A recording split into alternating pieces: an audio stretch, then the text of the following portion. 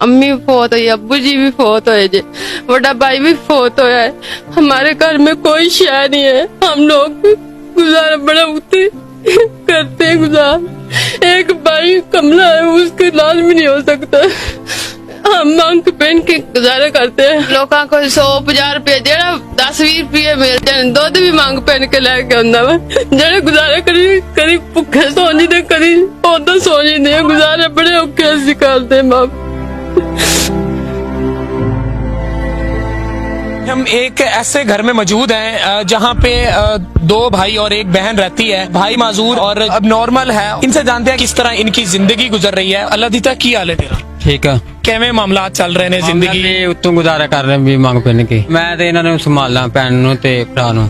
शेरा ने भी शादी भी करनी है। अम्मी अबू किथे? अम्मी भी कोई नहीं, अबू भी कोई नहीं, वड्डा भाई भी कोई नहीं। ए भाई नूं की है तुहाडे?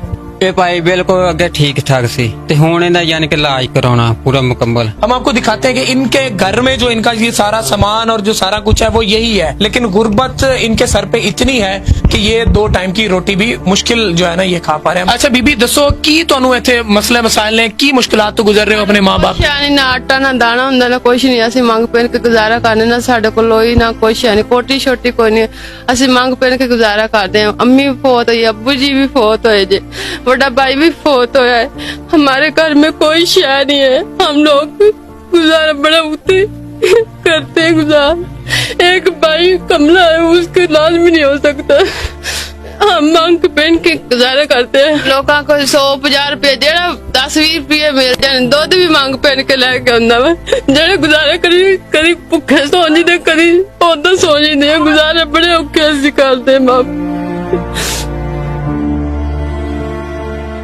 ये मुझे बता रहे थे कि कई दिन से भूखे गुजरते हैं। की दसे तुसी? भुखे सोने रात दिन असी गुजारा 50 होए सर गए 20 होए किसी ने दे दी ते ओ खा पी ले, ना होए ते आटा दाना भी ना होवे ते असी ओदा गुजारे भुखे सो जन्ने। ना आटा हैगा ना खंड ना चीनी, कला पानी सादा पी के ओह गुजारा करीदा, बस पानी ते गुजारा करीदा। रात भी दिन भी असी पानी से भैन भरा गुजारा करी दे। अफसोस का आलम है जी इस टाइम इनके पास घर में खाने के लिए भी जो है कि कुछ नहीं है। इनके घर में ना कोई रजाई है, ना इनके पहनने के लिए कोई जैकेट कोटी है। ठीक है, कोई पड़ोसी को नंबरदार कोई भी थोड़ी सानू कोई मदद नहीं करते चक च। बाकी भी 150 दे दिता तो खाल पी लिया, गुजारा करे, रोटी मांग पिन के गुजारा कर ले। 4 रोटियां मिल दियां बस, ओ एक गुजारा करी, दो नू दे दियां ते एक असी अद्धो भैन भरा खाने। जेड़े सुबह ओ असी भुखे रहने, दोपहरे भी असी भुखे रहने, ओह पानी पी के